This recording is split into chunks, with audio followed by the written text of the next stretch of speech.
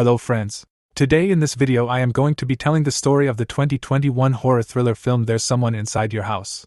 In this one, Makani Young has moved from Hawaii to quiet, small-town Nebraska to live with her grandmother and finish high school.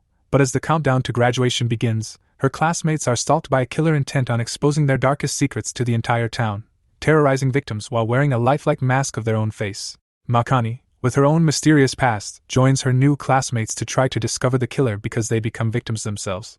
Stick around to find out if Makani makes it to the end of this one because spoilers ahead. Watch out and take care. The movie begins with a young man going into his farmhouse out in the middle of nowhere. He heads up to his room to take a nap before he goes out to party later that night.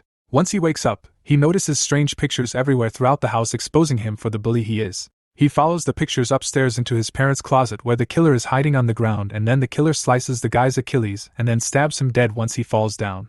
The killer was wearing a mask that looked a lot like the young man that was killed, like it was 3D printed.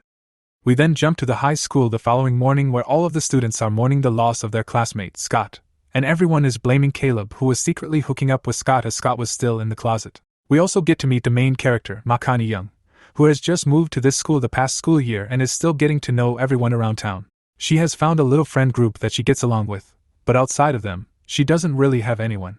Part of their friend group is Alex Crisp, Zach Sanford, and Rodrigo Duran. We also get to meet the class president, Katie Coons, who no one really likes because she acts like she is better than everyone. Also, at lunch, we see an outcast student, Ollie Larson, who seems to have caught Makani's eyes and she might be crushing on him, but she knows her friends wouldn't approve. At dinner that night, we learn that Makani had something go wrong at her old school and her grandmother tells her that she needs to put that in the past and start off fresh at her new school. Still don't learn what happened just yet.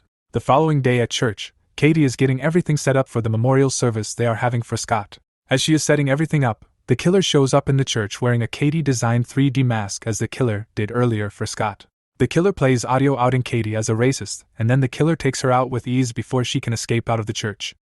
Makani is definitely afraid of her new classmates finding out who she really is because she is constantly searching her name on Google for any new articles about her, and she even had her last name changed before moving to the new school. Makani and all of her friends are asked to go to the police department so they can be interviewed as the town really wants to stop this serial killer before there are any more victims. The last two to be interviewed are Makani and Ollie, and this is when we learn that the two have already been seeing each other secretly, and just nobody knows about it.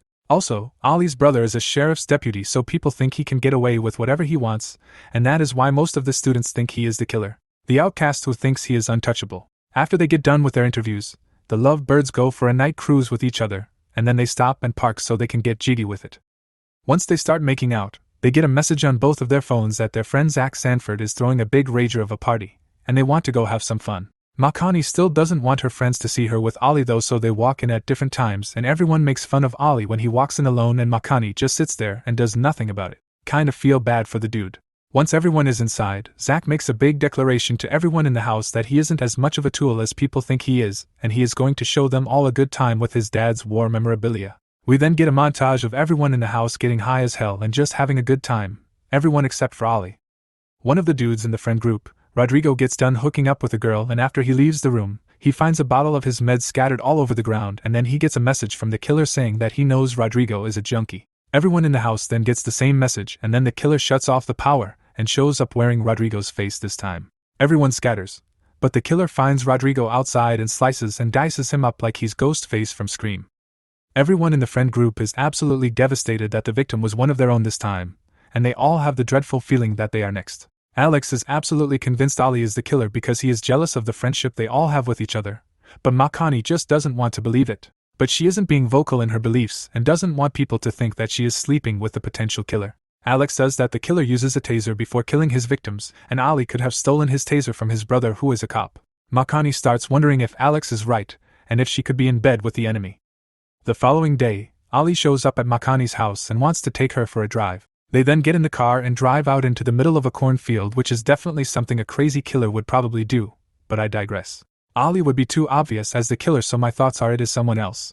Makani really likes Ollie, so she doesn't want to believe that he is dangerous, and then the two start making out and getting down on the roof of his car. Afterwards, he receives a call, and while he is on the phone, Makani finds a gun in the glove box of his vehicle, and now her red warning signs are triggering. She asks Ollie who he thinks the killer is, and Ollie then tells her that he did a background check on her, and knows who she is and her old last name, and this pisses Makani off, so she calls an Uber to take her home.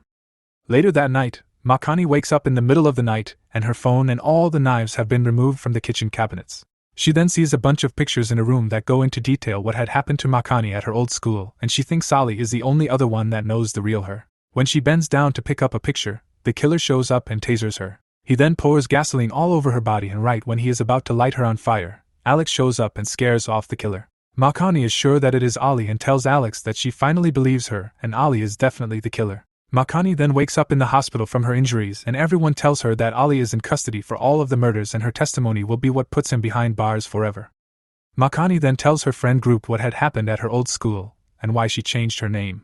She was playing varsity sports as a freshman, and all of the older girls were hazing them as they usually do, but some were taking it a bit too far. They were at a bonfire and one girl was being hateful as hell to Makani, so she got pissed and shoved her into the fire, and the girl survived, but had very serious first-degree burns as a result, and that is why she had to transfer schools. She just wanted to start off new and wasn't going to be anywhere near a sports team anymore. All of her friends console her and tell her that they are there for her no matter what. The Sanford family is throwing a free corn maze for the town to come enjoy as a way to get their minds off of all the murders that have been happening around the town. Somehow, Ali made bail and is a free man, and Makani thinks that Ali is going to be after her now that he is out of jail. She sees Ali's car approaching and she runs inside the school where she sees the killer kill her friend Caleb, and then Ali shows up behind her, so she knows for a fact that Ali is not the killer like she had thought. Unless there are two killers like in Scream, but that wouldn't be any fun. We then jump to a few hours later that night where everyone is showing up to the corn maze along with the killer, who is pouring gasoline all over the cornfield and is going to set it ablaze with everyone inside. Makani, Ali, Alex and Wick get in Ali's car so they can head to the corn maze and warn their friend Zach that they believe the killer is about to strike at his dad's corn maze.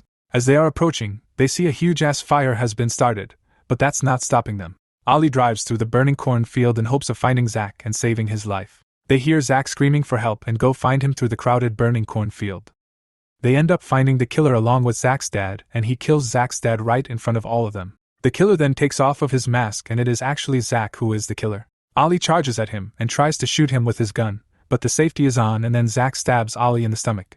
Zach then gives a big monologue basically how he is calling out everyone in the town for being fake and hiding behind their fake masks, and that is why he is printing these 3D masks as a symbol for what he stands for. Zach tells Makani that he is going to pin everything on her, and people will believe him because of her prior history from her old school. Ali hasn't died yet and said he isn't going to let that happen, and then he shoots Zach in the arm, and then Makani stabs him in the chest, ending his time in this story.